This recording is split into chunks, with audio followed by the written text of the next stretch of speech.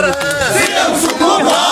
हिमाचल में हाहाकार है, हिमाचल में हाहाकार है, हिमाचल में हाहाकार है, हिमाचल में हाहाकार है, हिमाचल में हाहाकार है, हिमाचल में हाहाकार है, हिमाचल में हाहाकार है। बारिश के कारण चारों तरफ भयंकर तबाही हो रही है, हाहाकार मचा हुआ है। और इसलिए आप सुन रहे हैं कि हिमाचल में हाहाकार है, सुखू गया बिहार है और सुखू जी फरार है।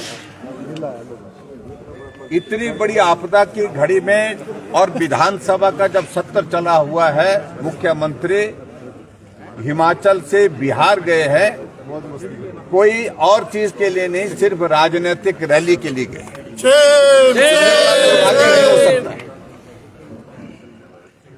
पिछले 3 दिनों से लगातार चंबा जिला का संपर्क टूटा है। हजारों लोग मणिमहेश की यात्रा में गए थे, वो फंसे हुए हैं।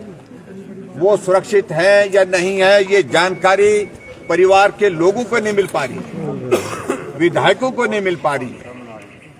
गांव के गांव बह करके चलेंगे।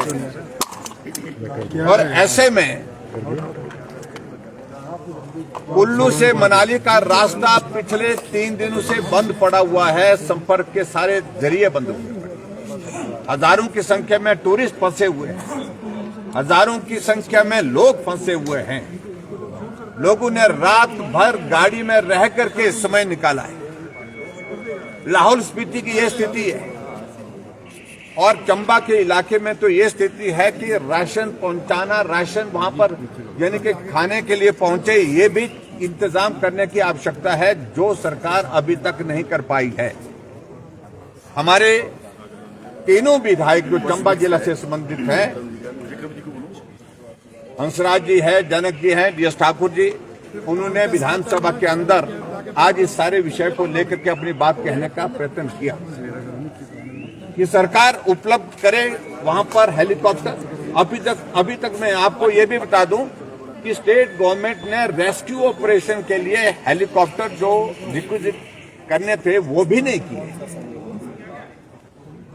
और ऐसे में जब विधानसभा अध्यक्ष महोदय जी ने हमको भी बोलने की इजाजत दी, हमने भी चंबा के लोगों के साथ कुल्लू मनाली में और लाहौल स्पीति में जो संकट में लोग फंसे हैं, जिनकी जिंदगी संकट में है, परिवार के लोग चिंतित हैं, उनके प्रति अपनी भावना व्यक्त की। लेकिन जब डिप्टी चीफ मिनिस्टर विधानसभा के अंदर मुख्यमंत्री की गैर मौजूदगी में बोलने के लिए खड़े हुए, तो उन्होंने हट फिर करके ये नहीं कहा कि सरकार अभी तक वहां इंतजाम क्या कर रही है रेस्क्यू ऑपरेशन के लिए, राहत कार्य के लिए, लेकिन राजनीतिक बात शुरू कर दी। ऐसा बिल्कुल नहीं है, वहां सब कुछ ठीक है। ये डिप्टी चीफ मिनिस्टर हाउस में बोल रहे हैं, ये गलत तरीके से तथ्य पेश किए जा रहे हैं। सड़कें खोल दी गई है, चंबा तक सड़क खुलने का मतलब नहीं है कि आपके जो भरमौर में लोग फंसे हुए हैं, आपके हिस्सा में लोग में फंसे हैं, चुराव में फंसे हैं, सुलूनी में फंसे हुए हैं, वो उनको आप सुरक्षित माने। बाकी भरमौर में लोग फंसे हुए हैं, कुल्लू मनाली में लोग फंसे हुए हैं, लाहौल में लोग फंसे हुए हैं। तो इसलिए उनका भाषण जो विधानसभा के अंदर इस प्रकार से कि विपक्ष के नेता इसको राजनीतिक रूप देने का कोई अर्थ नहीं, कोई मतलब नहीं। और हमने बड़ा साफ कहा है कि विधानसभा के सत्र के दौरान इससे ज्यादा महत्वपूर्ण कोई विषय नहीं हो सकता। इसलिए प्रश्नकाल से पहले ही हमने इस मामले को उठाया और अध्यक्ष महोदय जी का धन्यवाद करते हैं, उन्होंने हमें समय दिया। लेकिन सरकार कितना गंभीर है, इस बात को आप लोगों ने देखा होगा। मुख्यमंत्री शुरू में बोल रहे हैं कि हमने 12 दिन का सत्र बुलाया है। 12 दिन के सत्र में पिछले कल से तो यहाँ पर है ही नहीं, 3 दिन हो गए और शिमला में इस सत्र में है ही नहीं।